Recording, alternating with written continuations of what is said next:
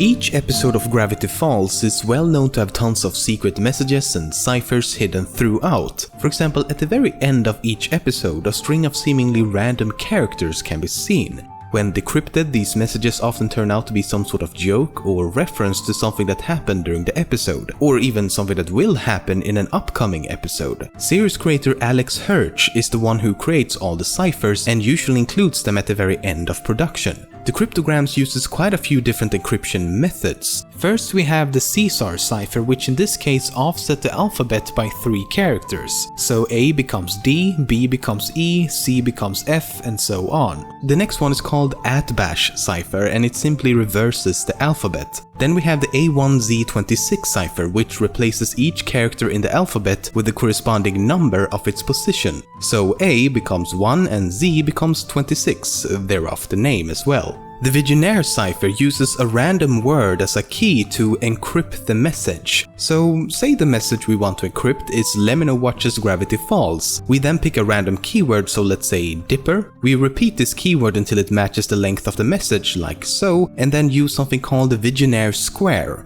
The first letter of the message is L, which means the row that begins with L. And the first letter of the keyword string is D, which means the column that begins with D. Row L and column D intersect at O, so the first letter of the cryptogram is O. Then you repeat this process for each letter, and just like that, you have a secret message. If you want clues to solve the many ciphers, they can actually be found in the opening sequence of every episode. If you play the intro in reverse, you'll hear someone whisper something. 3 letters back. 3 letters back. And it's not always the same, as the whisper changes as the ciphers change in the show. Switch A and Z. 26 letters. Key Vigenère. Oh, and you can also see Bigfoot if you pause at the right frame. If you ever thought Regular Show, Adventure Time and Gravity Falls seemed a bit similar at times, it's not that strange considering that the 3 creators all know each other. J.G. Quintel, Pendleton Ward and Alex Hirsch all went to Cal Arts together and also worked on the Marvelous Misadventures of Flapjack together, before creating their own respective shows. When Alex Hirsch and his friends were still in school at Cal Arts, they knew a guy named Jesus Chambreau. They knew he was a few years older than them, but not his exact age. He jokingly became this sort of mysterious person that they knew, but at the same time kinda didn't. This brought on the inspiration to create the character Zeus in Gravity Falls. Grunkle Stan is also based on a real person, namely Alex's grandfather, also named Stan. Even Dipper and Mabel are loosely based on Alex and his twin sister Ariel. For example, just like Mabel in the show, Alex's sister used to love boy bands, had an assortment of vibrant sweaters, and was in general quite goofy and crazy as a child. Throughout the show, you might have noticed a number showing up again and again. The number 618. This is the birthday of Alex Hirsch and his twin sister. Some examples are the Mystery Shack's address, every cash register you can find. The first page of Journal 3 is dated June 18. When Bill gets angry during one episode, you'll see a bunch of symbols flashing inside his eye. The 3rd, 4th and 5th are Thai numerals that spell out 6, 1 and 8. Even the main production code for each episode begins with this number. The creator has even appeared as himself a few times. In the opening sequence, the bottom half of his face can be seen in one of the photos. He's seen riding a unicycle in one episode known simply as Alex the Clown. In one episode, a photo of him can be seen with the text "Who" written in red, and in another he appears on the front cover of a magazine.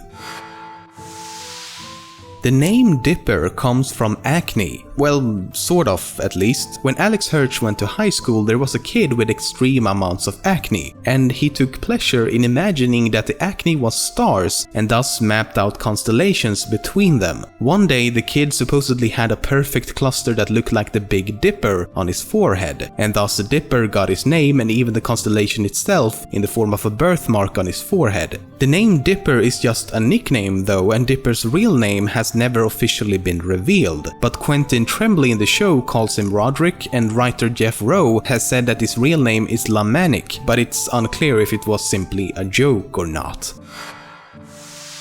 Many characters in the show have some form of symbol that is in some way related to them. For example, Mabel has a rainbow with a star on her most frequently used shirt. Dipper has a blue pine tree on his hat. Stan has a yellow crescent shape on his vest. Robbie has a red bleeding heart with stitches on his hoodie, and Zeus has the iconic question mark on his shirt. These 5 symbols can all be found within the so-called Bill Cipher Wheel. It's displayed very briefly at the end of the opening sequence as well as within Journal 2.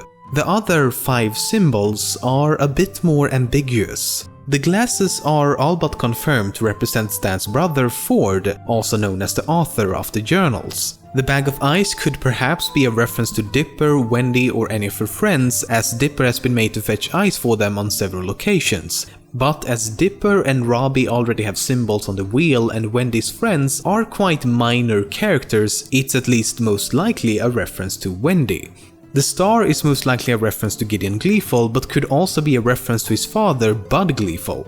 The 6-fingered hand is obviously a symbol for the journals, but the author Ford Pines already has a symbol on the wheel, so this is a bit of a mystery so far. Maybe it's simply a reference to the journals themselves. I mean, there's nothing to say that the symbols has to represent a person.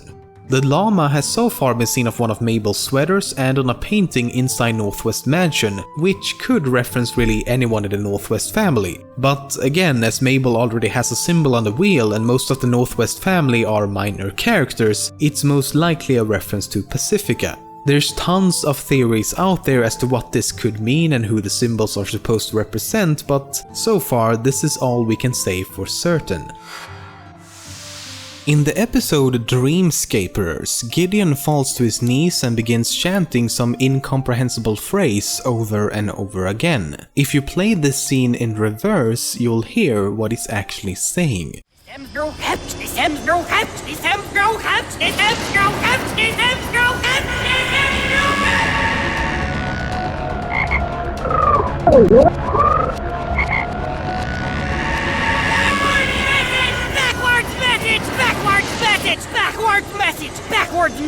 Backwards message. Both Dipper and Mabel were born at the end of the summer in 1999. In the show they are both 12 years old, and as the show takes place over the course of one single summer, it means their childhood will come to an end with the end of the series. Gravity Falls creator said that summer used to feel endless to him when he was a child, so the length of the summer in Gravity Falls is more emotional than logical.